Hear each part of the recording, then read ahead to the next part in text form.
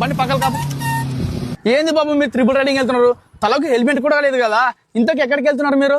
Sir నాకు హాస్టల్లో seat వచ్చింది, వదిలిరాడానికి పోతున్నారు.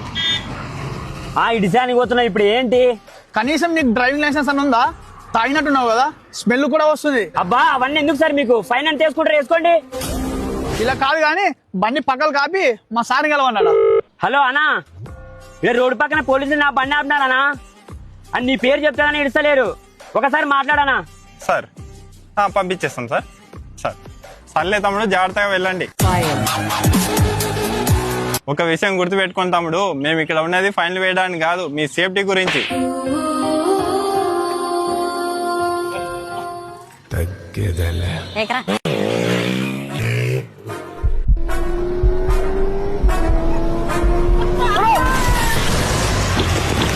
రే పవన్, రే లేరా, అరే పవన్, పవన్ లేరా, పవన్ లేరా, రే రే పవన్, పవన్ లేరా, రే పవన్ లేరా, రే పవన్ ఒక్కసారి కళ్ళు తెరుచురా, రే పవన్ లేరా, రే ఒక్కసారి లేరా.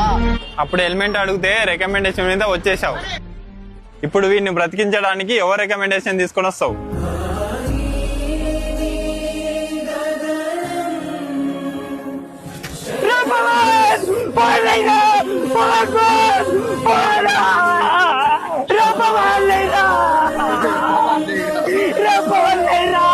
మేము కేవలం చట్టాలను కాపాడే వాళ్ళమే కాదు, మీ జీవితాలను కూడా కాపాడే వాళ్ళం.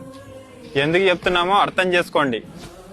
వారికి యూనిఫామ్ కేవలం వస్త్రం కాదు, అది వారు మనకై మోసే బాధ్యత, మేమున్నామని చెప్పే ధైర్యం, వారు మనకై చేసే ఎన్నో త్యాగాలకు చిహ్నం. వారి బాధ్యతలకు ఎన్నడూ సెలవు ఉండదు, ఏ పండుగ ఉండదు. మనం చేసుకునే సంబరాలకు మాత్రం వాళ్ళు చెమట చిందిస్తూనే ఉంటారు. రాత్రంతా కాపలా కాసి మనం ప్రశాంతంగా నిద్రించేలా చేసే నిజమైన హీరోలు పోలీసులు. డ్యూటీ పేరుతో ప్రజల కోసం ప్రాణాల్ని సైతం పణంగా పెట్టే ప్రతి ఒక్క పోలీస్కి ఇదే మా సెల్యూట్.